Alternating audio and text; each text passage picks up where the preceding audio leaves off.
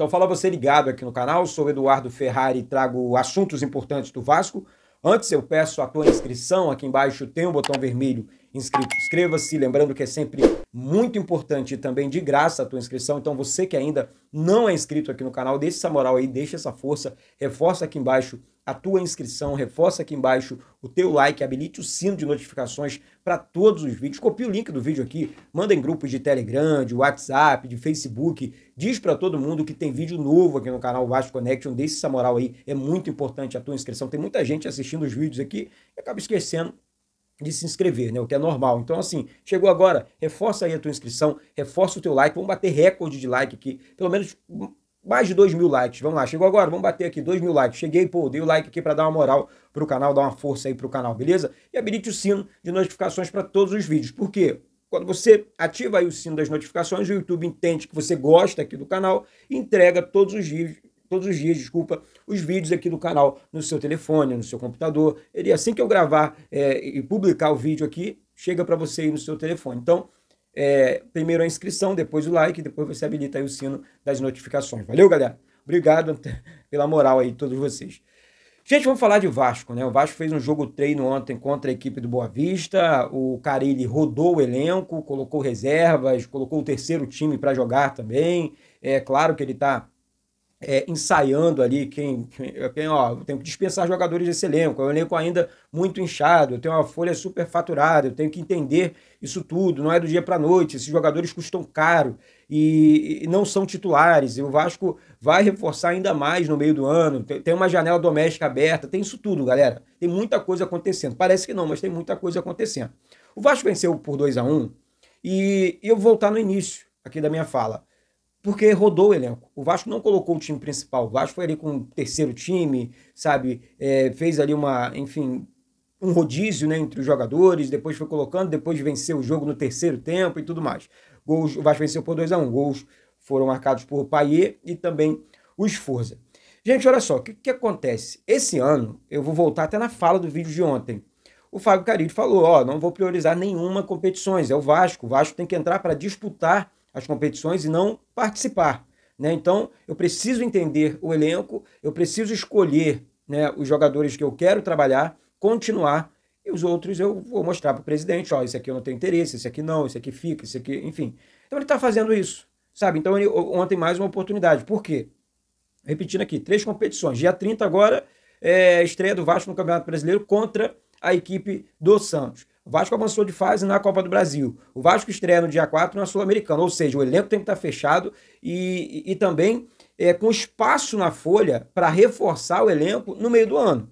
Então, assim, você acaba, dentro desse assunto, elenco, a questão financeira, porque passa também por questão financeira, porque você tem que contratar outros jogadores. Eu entendo que, no meio disso tudo, eu quero deixar esse comentário, o Vasco até acabou fazendo uma coisa legal, que foi conseguir manter elenco, assim, o time do ano passado, sabe? O Vasco conseguiu um exemplo, Paulinho Paulo. Se você dispensa um Paulinho Paulo, se esse cara sai do Vasco, o Vasco teria que voltar no mercado de novo, buscar um novo meia, e o Jair a mesma coisa, sabe? O Vasco teria que, né, se virar nessa questão. E sabemos que o Vasco é um clube combalido financeiramente. E encontrar jogador de qualidade, meio campo, atacante, é muito complicado.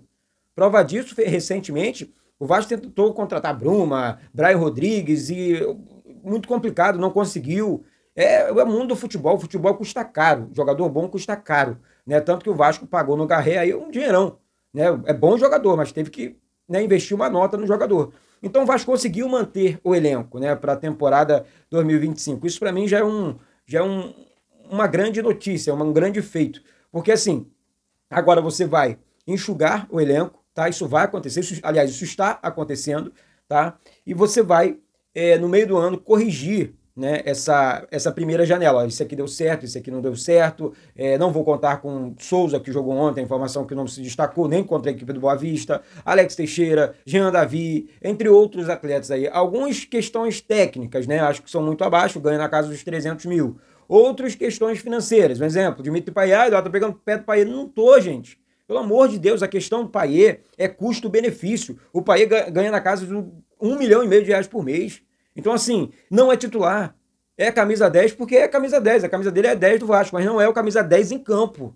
Então isso é muito grave, isso é muito complicado. Eu acho que o Vasco tem sim que enxugar, tem sim que dispensar, sabe? E não é bater no jogador, não é bater no ser humano, é entender que o Vasco é a prioridade, sabe? Então, assim, eu tenho que buscar dispensar um Paê, dispensar um Alex Teixeira, dispensar um Souza, entre outros jogadores, abrir espaço na folha, contratar mais um ou dois que aqueles reforços de verdade que eu falo aqui no canal junto com vocês, sabe? Então, o Vasco está fazendo esse movimento interno, né? Tá entendendo o elenco e ó, algumas surpresas podem acontecer até o dia 30.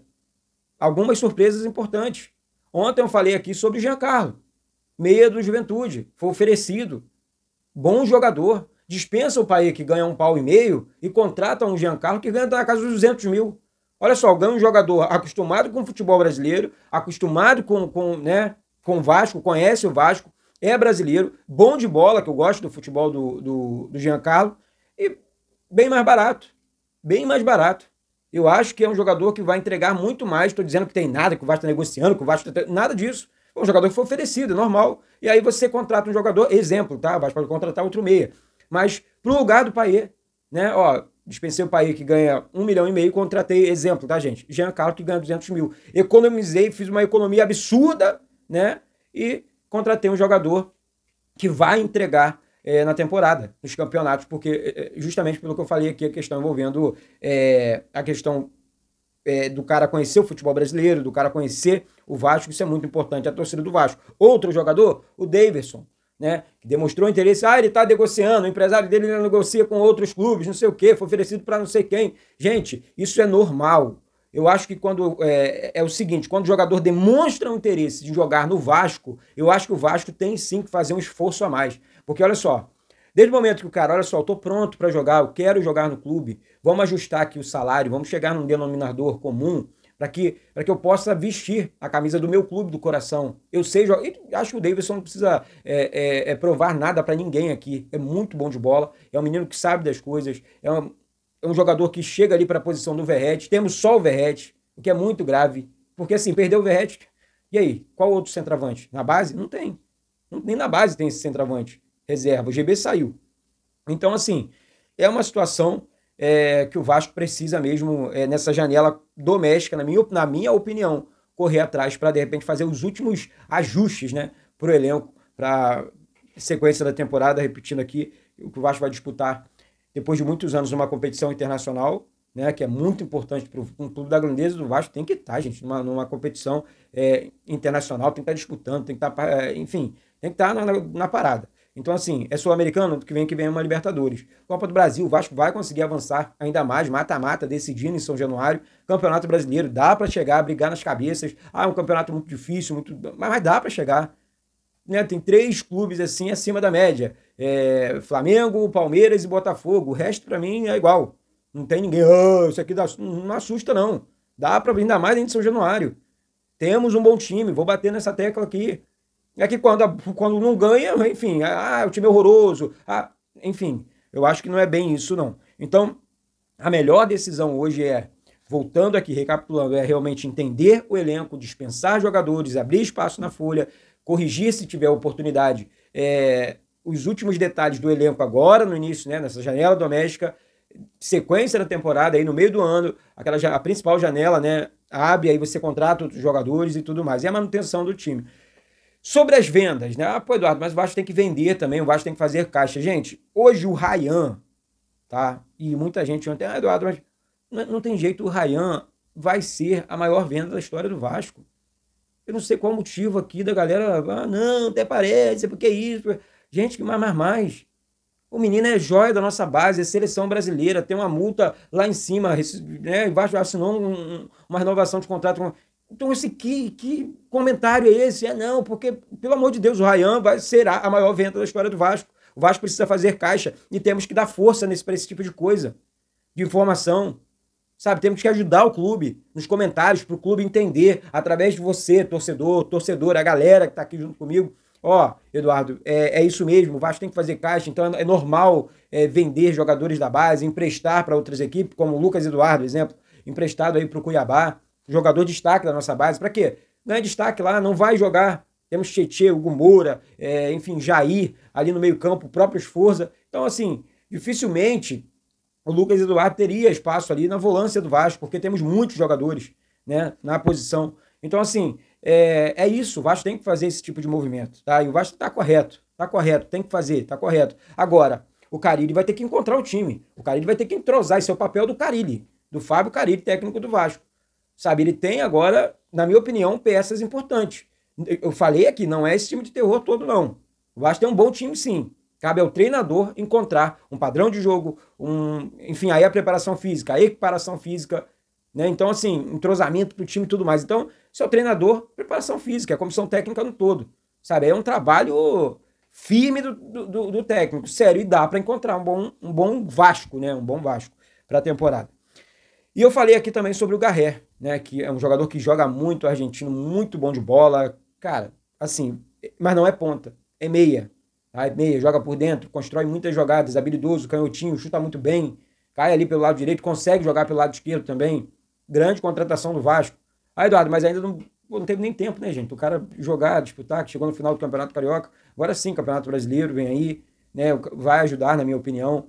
Né? Então, o Lloyd Augusto também, Nuno Moreira, são jogadores que vão ajudar o Vasco. Então, assim, o Vasco precisa aí finalizar com esses últimos reforços nessa primeira janela e sequência aí na temporada. Gente, eu falei ontem também sobre, infelizmente, a treta com a 777. Isso acontece porque, infelizmente, gente, é cansativo, sabia? Isso cansa, eu acho que cansa o torcedor, porque o Vasco não é prioridade quando eles fazem isso, quando eles... Ah, não, eu tô brigando aqui pelo... Ninguém tá... Vocês estão brigando com o Vasco, vocês estão brigando pelo Vasco, vocês estão brigando com o Vasco, com a torcida do Vasco. Quando vocês, entre vocês, os dirigentes, tá, gente? Os políticos, eles começam a esse tipo, nível de relacionamento ruim. Ah, não concordo com isso, eu vou atrapalhar. Não concordo com isso, eu vou torcer contra. Gente, é muito complicado para o clube seguir. É muita dificuldade, são muitas dificuldades. Infelizmente, o Vasco é um clube gigante, porém muito político. É uma politicagem só. Quem está na presidência está errado, aí hoje é um, amanhã outro, e eu vou sempre apoiar o Vasco, eu vou sempre torcer sim pelos presidentes do Vasco. Porque se o presidente do Vasco der certo, o Vasco vai dar certo. É assim que eu, Eduardo, como vascaíno, com o canal Vascaíno, penso. Eu não tenho que apoiar um. Se o fulano fosse bom, por que os sócios... Entendeu? Ué, o fulano é tão bom assim, por que o sócio não colocou lá? Não, cara, então... Ah, não colocou, então na próxima você ganha, na próxima você vence. Agora é o momento do Pedrinho, vamos apoiar o Pedrinho. Vamos ajudar o Pedrinho. Vamos parar de inventar narrativa, vamos ajudar o Pedrinho. Aí a 777 está movendo várias situações aí para atrapalhar o mundo do Vasco, uma empresa falida e ferrada financeiramente, atrapalhando o mundo do Vasco.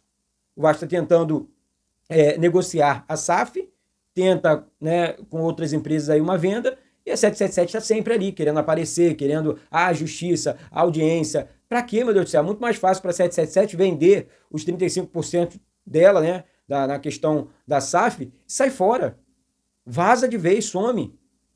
Né? Então, é uma situação muito grave isso, tá? Muito grave mesmo, na minha opinião. Tá bom? Então, assim, gente, eu acho que o Vasco tem que correr contra o tempo com relação a isso também. O Vasco tem que priorizar. É uma prioridade, mas essas questões, isso me incomoda demais. Não sei você, mas isso me incomoda demais. É muita guerra política, é muita briga política dentro do clube, sabe? Aí o clube nunca é a prioridade. O Vasco não é a prioridade. Eu acho isso incrível. Eu amo. Ama nada.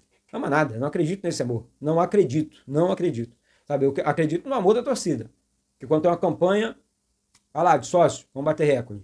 Tem campanha, camisa do Vasco, não vão comprar. Tem campanha, tô dentro. Então a torcida esgota o ingresso, vai jogar em Brasília, tô junto, vamos lá. Então, assim, a torcida ama. E eu acho incrível, assim, que eles não usam a torcida do Vasco como exemplo. Eu acho incrível, assim. Não, pô, a nossa torcida é um exemplo. E eu não dou valor a tal coisa.